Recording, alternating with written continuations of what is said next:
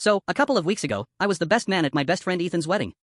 Now, I've been nervous about this for months, because public speaking is not my strong suit. I'm the type of guy who sweats giving a 2-minute update in a work meeting, so standing up in front of 150 people to deliver a toast felt like my personal nightmare. But Ethan's been my best friend since middle school, and he told me, dude, just speak from the heart, and you'll kill it. The ceremony itself was beautiful.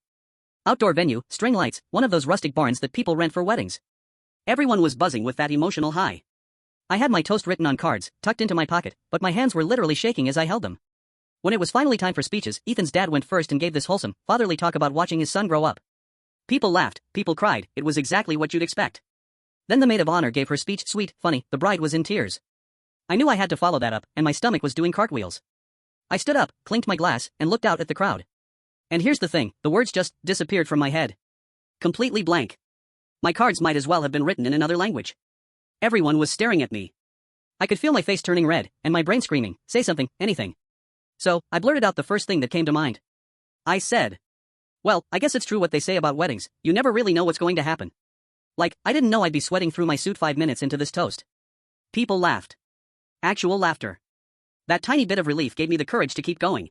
So I started telling a story about Ethan from when we were teenagers, how he used to bike 3 miles every morning to pick me up just so I wouldn't have to ride alone to school. I said, that's the kind of guy Ethan is, always showing up, even when no one's watching. The crowd started nodding, smiling. The bride was dabbing her eyes with a napkin. I thought, okay, maybe I'm not bombing this. Then, my phone betrayed me.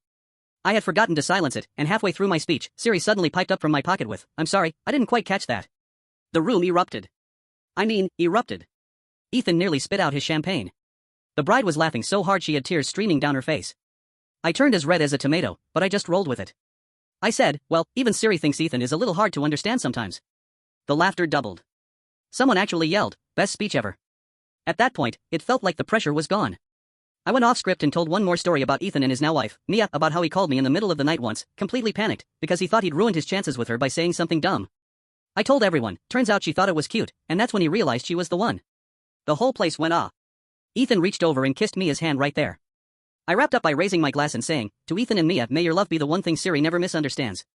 The roar that followed it, cheering, clapping, people standing up, it felt unreal. I sat down shaking, but in the best way possible.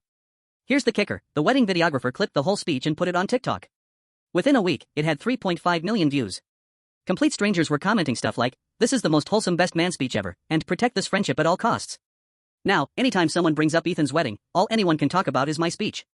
Me. The guy who nearly fainted just thinking about it. And honestly, it feels like the biggest win of my life.